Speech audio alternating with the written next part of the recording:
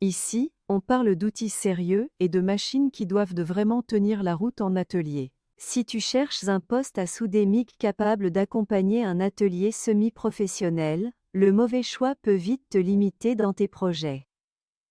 Bienvenue sur la chaîne. Aujourd'hui, on va comparer 3 postes à souder MIG disponibles sur Amazon, classés du plus accessible au plus abouti, et reste bien jusqu'à la fin, parce que le dernier est clairement celui que je recommande si tu veux construire un atelier évolutif sans compromis. On commence avec le HippoTools MIG 185R. Sur le papier, 185 ampères, format compact, positionné comme une solution sérieuse mais encore accessible. Pour un atelier qui travaille principalement l'acier en petite et moyenne épaisseur, c'est un point d'entrée cohérent.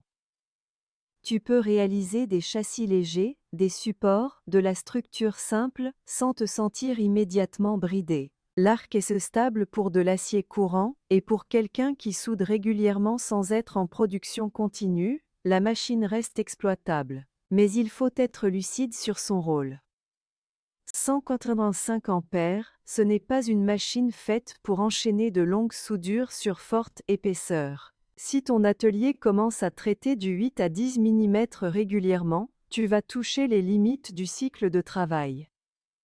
Ce poste correspond à un atelier en progression, qui veut sortir du matériel entrée de gamme, mais qui n'a pas encore besoin d'une machine dimensionnée pour une cadence soutenue. C'est un choix logique si tu montes en puissance, mais ce n'est pas encore la solution définitive. On monte d'un niveau avec le HSX Vosgen 201 multiprocédé. Ici, on entre dans une logique de polyvalence.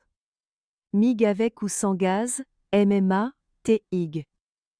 Sur le papier, c'est séduisant pour un atelier qui veut couvrir plusieurs besoins avec une seule machine. Pour quelqu'un qui réalise des projets variés, qui alternent entre réparation, petite fabrication et travaux plus techniques, cette polyvalence peut faire la différence.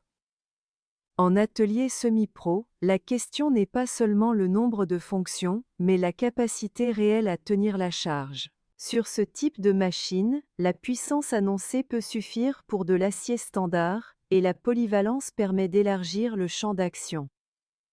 En revanche, quand on parle de cadence soutenue et de travail régulier sur épaisseurs importantes, on doit regarder attentivement le cycle de travail et la robustesse interne. Ce type de poste est intéressant pour un atelier qui veut toucher à tout sans multiplier les investissements, mais il peut devenir limitant si l'activité principale repose sur du MIG intensif et répété. Et maintenant, on arrive au HippoTools MIG 225S, IIN. Là, on change clairement de catégorie. 225 ampères, réglage synergique, machine pensée pour offrir plus de précision et de stabilité. Ce type de poste est cohérent pour un atelier qui soude plusieurs fois par semaine, qui travaille différentes épaisseurs, et qui veut éviter d'être freiné dans 2 ans. La différence se joue sur la réserve de puissance et la gestion de l'arc. Une machine de cette gamme permet d'aborder des structures plus épaisses avec plus de confort, de maintenir une cadence plus régulière, et d'obtenir des cordons plus constants. Les réglages synergiques facilitent la mise au point, surtout quand on alterne les matériaux et les diamètres de fil. Pour un atelier qui commence à prendre des projets plus ambitieux, cette stabilité devient essentielle. C'est aussi une question d'évolutivité. Une machine comme celle-ci est conçue pour accompagner la montée en charge. Tu investis une fois, et tu construis autour. Tu peux envisager des projets plus exigeants sans avoir l'impression de pousser la machine dans ses retranchements. Oui, l'investissement est plus important.